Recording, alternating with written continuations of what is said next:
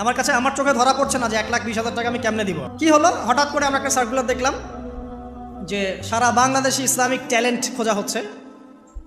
আচ্ছা 18, তো হ্যাঁ আলোকিত কেন। তো এখন আমার ওয়াইফ বলছেন যে আপনি এটাতে অ্যাপ্লাই করেন। আমি অ্যাপ্লাই করবো, এটা তো আলেম ওলামাদের প্ল্যাটফর্ম, আমি এখানে জেনারেল থেকে আসা মানুষ কেমন করে কি। তো সে বলছে না আপনি পারবেন ইনশাল্লাহ, আপনি পড়াশোনা করেন ইনশাল্লাহ পারবেন। তো আমি দেখছি আগে প্রাইস কি আছে, কষ্ট তো করবো আগে, পুরস্কারটা কি। তো পুরস্কারটা দেখছি যে একটা ওমরা করাবে। ওমরা করা তো যে কারোর জন্য একটা মানে স্বপ্নের ব্যাপার না। ওমরা করা তো সবাই আমরা খুব পছন্দ করি, আল্লাহ পাক আমাদেরকে বেশি বেশি ওমরা করার তৌফিক দেয়। আর লেখা আছে যে ফার্স্ট প্রাইস 3 লাখ টাকা, second prize 2 lakh, third price হচ্ছে 1 লাখ টাকা। টানা 4 থেকে 5 মাস, দৈনিক 10 থেকে 12 ঘন্টা, নাওয়া খাওয়া সব ওখানেই।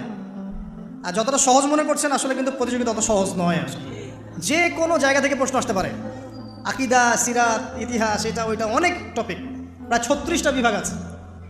তো আলহামদুলিল্লাহ কীভাবে জানি আস্তে আস্তে উঠতে পারলাম। গিয়ে দেখলাম যে হ্যাঁ টিভি রাউন্ডে চলে গেছে। আমি তেমন কিছুই করি নাই, আমি শুধু পরিশ্রম করেছি, আল্লাহর কাছে বেশি থেকে বেশি দোয়া করেছি যে আল্লাহ আমার ঋণ আছে, ঋণ শোধ করতে হবে একটা। এবং আমি চাচ্ছি যে এই প্রোগ্রামের মধ্য দিয়ে দিনের একটা বড় সার্কেল পাওয়া যায়, দিনই প্ল্যাটফর্ম পাওয়া যায়। তো আলহামদুলিল্লাহ আল্লাহ পাকের ইচ্ছায় সেখানে একটা ভালো রেজাল্ট হলো এবং সেখানে ওমরাও করা হলো আলহামদুলিল্লাহ। এবং ক্যাশ তারা খুব তাড়াতাড়ি দিয়ে দিয়েছে। আমি পুরো ক্যাশটা আগে পেয়েই আগে ঋণটা শোধ। এখন এই সময় কিন্তু আমি দোয়াটা করেছি, আল্লাহুম্মা আকফিনি বিহালালিকা আন হারামিক ওয়া আগনিনি বিফাদলিকা আম্মান সিওয়াক। দেখেন আমি কিন্তু জানতামও না এমন কোনো প্রতিযোগিতা হবে, আমি সেখানে পার্টিসিপেট করব, ওই ওসিলায় ওমরা করব, ওই ওসিলায় আবার ঋণও শোধ হবে, আমার কিন্তু মাথায় ছিল না। আপনি যে ব্যাংক থেকে 3-4 কোটি টাকা লোন নিয়ে রাখছেন, লাখ লাখ টাকা লোন নিয়ে বসে আছেন, দিব্যি সুখে বসে আছেন, এমন চিন্তায় যে আপনার মৌত হবে না।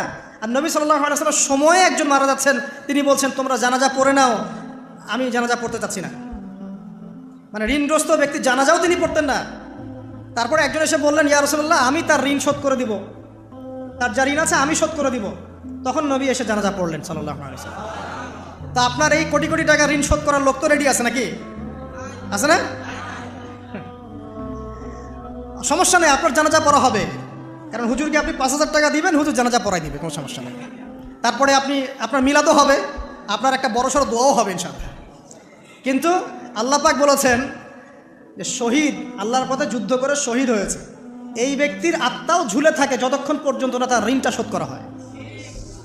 এবার বলেন আমি কি বুঝাবো আপনাকে, আর কিছু বলতে হবে? তো এখন সেই দোয়া শিখাচ্ছি আপনাদেরকে, যে দোয়া শিখলে আপনারা ঋণ থেকে বাঁচবেন ইনশাআল্লাহ। কত দিবেন বলেন? আচ্ছা হ্যাঁ এই তো শুকরিয়া।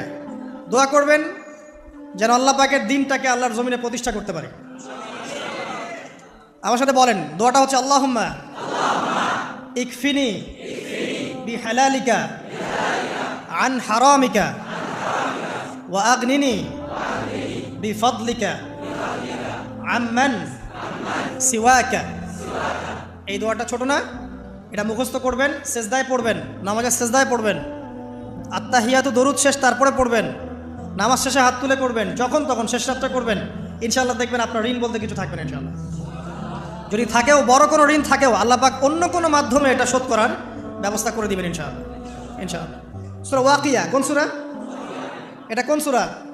ইযা ওয়াকাআতিল ওয়াকিয়া, এই সূরাটা যে ব্যক্তি রাতের বেলা পড়বে, একটা বর্ণনা এসেছে যে দারিদ্রতা আপনাকে স্পর্শ করবে না ইনশাআল্লাহ। এই যে সুদ খাচ্ছে কি জন্যে? টাকার জন্য তো নাকি? টাকা পয়সা ধন দৌলত করবেন, এই তো আপনার উদ্দেশ্য নাকি? এই জন্যই তো মায়ের সাথে জানা করছেন, তাই তো? আল্লাহ বলছেন সূরা ওয়াকিয়া পড়েন, আপনার দারিদ্রতা দূর হয়ে যাবে ইনশাআল্লাহ।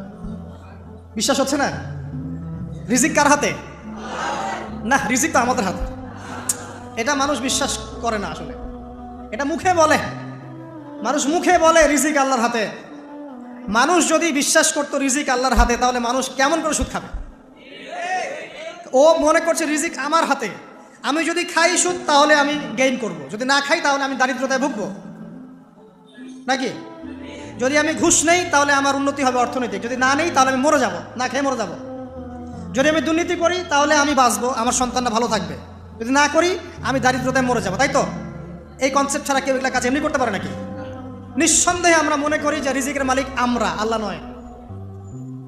শুধু মুখের মধ্যে বলি যে রিজিকের মালিক আল্লাহ। রিজিকের মালিক যদি আল্লাহ হতো তাহলে আমি হালাল পথে থাকতাম এবং তাওয়াক্কুল করতাম যে আল্লাহ আমাকে যা রিজিক দিয়েছেন তা তো আসবেই, আসবে না? আসবেই। আপনাকে যদি আল্লাহ পাক, কি বলবো, এটা কোন জেলা? লালমনিরহাট। লালমনিরহাটের 100 একর জায়গায় যত ধান হয়, এতগুলো ধান যদি আপনার আমল নামায় লেখা থাকে, মানে আপনার আমল নাম হচ্ছে রিজিকে, তাকদিরে আপনার তাকদিরে যদি লেখা থাকে যে আপনি 100 একর জমির ধান খাবেন তারপর মরবেন, আছে না লেখা? আচ্ছা, একটা দানা কম বেশি হবে?